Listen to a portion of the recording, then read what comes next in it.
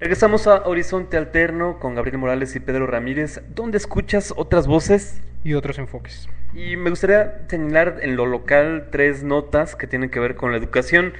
Una es un reconocimiento de fallas en un programa que debería ser una maquinaria bien aceitada de operación gubernamental. Sin embargo, el mismo gobierno reconoce fallas en este programa, que es Soluciones Útiles, en el que le entregan vales de útiles escolares a los padres de familia para que vayan a ciertas papelerías. Me gustaría conocer también el criterio para escoger esas papelerías y reciben a cambio útiles escolares. El oficial mayor Manuel Pozo Cabrera informó que al momento han registrado 5 reportes o quejas por falta de los mismos útiles en las papelerías que están adheridas al programa Soluciones Útiles. Alumnos de nuevo ingreso que no alcanzaron vales podrán recibirlos en las semanas posteriores tras el ajuste que realiza el gobierno del estado.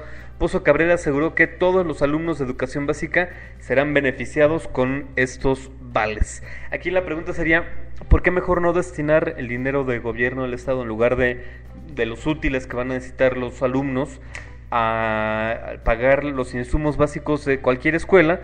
Ya ofrecieron pagar el agua potable, esperamos que así sea, pero hay muchas otras necesidades, incluso de papelería, que se pagan a través de las cuotas de padres de familia. Y eso lo saco a colación por otra nota que tiene que ver con padres de familia, que es una nota recurrente. En los casi 11 años que llevo de periodista, cada septiembre escucho este tipo de notas. Padres de familia no permiten ingreso a una primaria, la primaria Julián Adame de la Torre. Hubo una manifestación de los padres de familia e impidieron que se llevaran a cabo las clases porque dicen que la directora de esa institución no está llevando a cabo malos manejos de las cuotas de padres de familia. No permitieron a los alumnos ingresar a la escuela para tomar clases, tampoco le permitieron a los maestros presentarse dentro de la escuela, y es que dicen que en reiteradas ocasiones han ido a la UCEBEC y han solicitado la intervención de la autoridad estatal y simplemente no pasa nada. Y un último apunte para generar un retrato, un perfil de cómo está operando la educación en Querétaro. Es también conocido que hay maestros que cobran, pero que se dedican a labores sindicales. Algunos les llaman aviadores, otros les llaman comisionados. Y muchas veces, curiosamente, esos comisionados luego terminan haciendo política o de diputados y llevan a veces años sin pararse frente a grupo, pero siguen cobrando en el magisterio. Solo 100 profesores están comisionados para realizar actividades administrativas. Esto lo dice Juan Emilio Hernández, el secretario general de la sección 22 del Sindicato de Trabajadores de la Educación en Querétaro. Solo hay 100 profesores que están comisionados en la entidad para realizar actividades administrativas o propias del sindicato. Ello ante la iniciativa que el presidente de la República, Felipe Calderón, presentó este fin de semana y que busca que exista transparencia en cuanto a los docentes que reciben un salario sin impartir clase. Instalaciones de las escuelas primarias insuficientes, descuidadas, sin materiales. Presupuesto insuficiente que tiene que ser suplido con las cuotas de padres de familia y maestros que no van a clases o que tienen un modelo de enseñanza pues de hace más de 30 años y que no se ha actualizado y que pues realmente nos estamos quedando rezagados, forman parte del caldo de cultivo para algo que pues nos mencionábamos aquí el viernes en Horizonte Alterno, que es un retroceso en la educación mexicana. Hoy en su mensaje a la nación, Felipe Calderón decía que ya tenemos cobertura universal de la primaria en México y que el reto era mejorar la calidad. Sin embargo, bueno, me parece a mí desastroso que, pues sí, digamos que estamos llevando primaria a todos los mexicanos, aunque sea una primaria muy defectuosa. Sí, pero voy a rescatar yo uno de los dichos que nos dijo nuestro invitado el viernes, Fernando Cardona, que primero está el lunes y luego está el martes. O sea, yo entiendo que se tenga que primero que tener una cobertura total en los servicios para después, como siguiente paso, mejorar la calidad del mismo. Pero bueno, si nos preguntamos nosotros y decimos, ok, falta de presupuesto, pues esa falta de presupuesto, pues si nos vamos a los números duros, México gasta en promedio más de lo que gastan los países miembros de la OCDE en presupuesto de educación. O sea, estamos por encima de lo que gastan los países de la Organización Económica, para el Desarrollo Económico, perdón, gasta más México. Hay quienes pugnan por las escuelas de tiempo completo. está probado que países que imparten menos horas al año son los países que tienen más altos niveles educativos, como Finlandia y Corea. O sea que las horas nalga en el grupo no necesariamente quiere decir que seamos mejores alumnos. Pues no necesariamente. Fíjate que yo fui a un curso, como ambos tenemos experiencia docente en universidad. En uno de estos cursos de actualización en la educación hablaba un investigador de la SEP que se dedica a hacer investigaciones sobre la prueba PISA y de por qué México sale tan mal en este tipo de pruebas como la Enlace y la PISA. Y decía que todas esas personas que pugnaban políticamente por una escuela de tiempo completo, lo único que arrojaría finalmente como resultado es que si tú estás entrenando a una persona mal por 5 horas, entrénala mal por 8 horas y lo que vas a pasar es que vas a tener un resultado todavía más catastrófico. Y hacía un señalamiento, decía, bueno, nosotros como mexicanos gastamos mucho en educación, el problema es a dónde se va ese dinero. Otro de los problemas que decía, hay países en los que no hay esta diferenciación entre escuela privada y escuela pública. Aquí en México es tan grave la diferencia académica, sobre todo en niveles de primaria y secundaria, ya no tanto en niveles de educación media y de educación superior, ya no tanto, ahí es donde se empareja un poco el asunto, pero en los niveles elementales decía que haber una diferenciación entre escuela privada y escuela pública lo que hace es darle desventajas a los chicos que van a la escuela pública y voy a explicar por qué.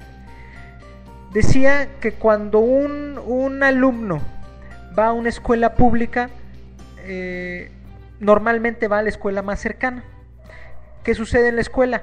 Que en la escuela se reproducen los fenómenos sociales que se reproducen en la familia, al interior de la familia y en su comunidad más cercana. Entonces, si el niño es de un barrio, se van en el colegio, en la escuela, se van a reproducir los fenómenos sociales de su casa y de su barrio. Si el niño es de una colonia residencial, entonces así va a ser el asunto. Hablaba de la educación pública, en la educación privada, perdón. En la educación privada hablaba de cómo uno ya escogía la institución por ciertas características y esto ya implicaba un traslado hacia otra parte de la ciudad, lo cual implicaba que ya de entrada había diferentes percepciones de diferentes realidades. Entonces ya el niño ya podía discernir que había algo más de lo que estaba viviendo. No digo ni mejor ni peor, sino simplemente diferente. Esto ayudaba a crear un discernimiento en los niños y bueno, ampliar un poco más su panorama.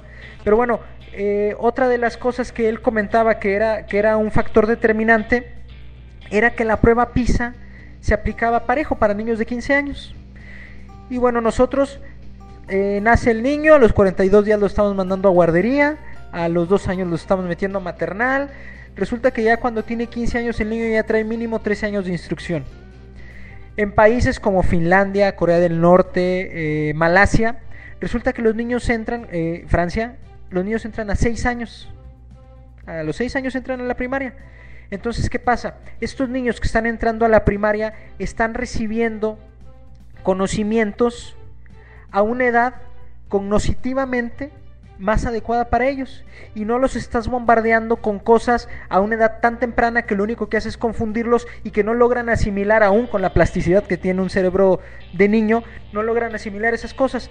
Entonces eso hace que un niño venga arrastrando el hecho de que no puede con las matemáticas prácticamente desde el maternal. Entonces un niño en Malasia prueba PISA, ha estado 9 años en instrucción formal, mientras que un niño mexicano frente a prueba PISA ya tiene casi 13 o 14 años de instrucción formal.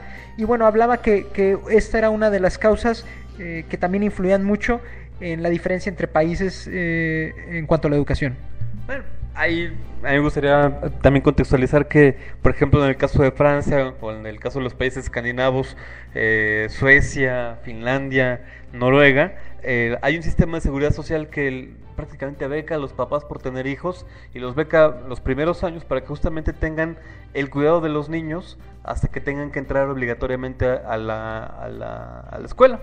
Sin embargo, el sistema en el que estamos viviendo nosotros, pues prácticamente con los ingresos de 2 adultos para la mayoría de las personas, pues no alcanza para mantener una familia y el llevarlos al maternal, a la guardería, termina siendo una necesidad de subsistencia más que una opción de vida de los propios padres de familia. Quienes tienen oportunidad de llevar a sus hijos más tardíamente a la preescolar, a la guardería, pues a lo mejor están creando hijos más parecidos a las condiciones de los países que mencionabas. Sin embargo, aquí hay unas condiciones económicas que pues nos están llevando a una especie de un círculo vicioso en el que condiciones económicas nos llevan a los niños a meterlos a escuelas. Los niños en las escuelas no tienen las condiciones para estar escolarizados desde tan temprana edad y van acarreando durante largo tiempo fracasos escolares en materias como matemáticas, y luego salen pruebas como estas en las que nos comparan con otros sistemas educativos y obviamente salimos rezagados en cuanto a la calidad educativa. Entonces habría que ver la forma en la que apuntalemos también la economía o encontrar formas de seguridad social para romper el círculo vicioso y que podamos escolarizar a los niños a lo mejor más tardíamente, menos horas en la escuela, pero con maestros con mayor calidad.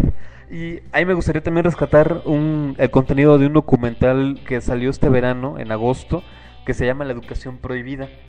Y algo que hace falta en la educación pública en México es crear a los niños en que les guste pensar, enseñar a los niños a vivir en libertad, porque va a ser muy difícil que ya en la vida adulta aprendan a vivir en libertad si no la ejercieron desde pequeños.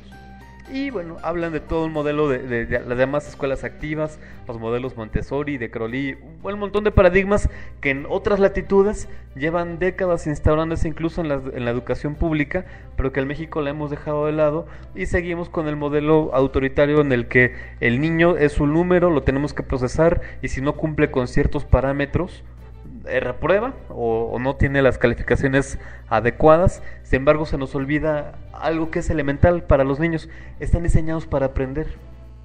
Solo hay que encontrar cuáles son sus intereses y crearles un caldo de cultivo, un contexto en el que aprendan lo que a ellos les interesa mucho más fácilmente. Así es irónico en verdad, como tú hablabas ahorita del sistema autoritario en donde el niño pasa a ser parte, como dice la canción, un ladrillo más en la pared. Es paradójico cómo eso es propio de los países en los que la ley es un poco más laxa, como en el nuestro, en donde la impunidad está a la orden del día, y de cómo los sistemas educativos más libres son de esos países en los que hay cero tolerancia. Cero tolerancia. Hablábamos la semana pasada con un amigo chileno en donde decía, no, es que ustedes casi violan reglas sistemáticamente cada media hora. Nosotros no podemos, y no podemos porque tenemos tan internalizada la norma que el hecho simplemente de pensar con romperla ya nos genera un mal. Entonces, estamos hablando que estos países en los que son más ordenados son en los que se han permitido desarrollar programas académicos y educativos de vanguardia. Bueno, échenle un clavado al YouTube, es interesante ese documental, dura dos horas, es una producción de 704 productores en toda Latinoamérica, se llama La educación prohibida, incluso hay especialistas de México, y es un buen momento para pensar la educación. Y a mí me gustaría también poner en colación otro tema que también decía hoy el Felipe Calderón en su informe, que presumía la cobertura universal en materia de primaria. Sin embargo, también recordando discursos de Vicente Fox Quesada en el 2000, hablaban del famoso bono demográfico, y que era que en ciertos años en México íbamos a tener a muchas personas en edad productiva, a muchos jóvenes entre 18 y 50 años. Bueno, ya los de 50 ya no son tan jóvenes, ¿no? Y señalaba que necesitábamos en México una conversión educativa en la que ya no nos enfocáramos tanto en el nivel primaria, sino que deberíamos reconvertir instalaciones de primaria para dar cabida a una avalancha que se venía en la década pasada, la del 2000 al 2010, y ofrecerles espacios de preparatoria a todas esas personas que iban a formar parte del bono educativo. Sin embargo, hoy en su informe Felipe Calderón dice, bueno, pues ya tenemos cobertura universal para primaria, y bueno, sigue siendo un reto, o sigue siendo el reto la cobertura de educación media y superior, que es lo que nos podría transformar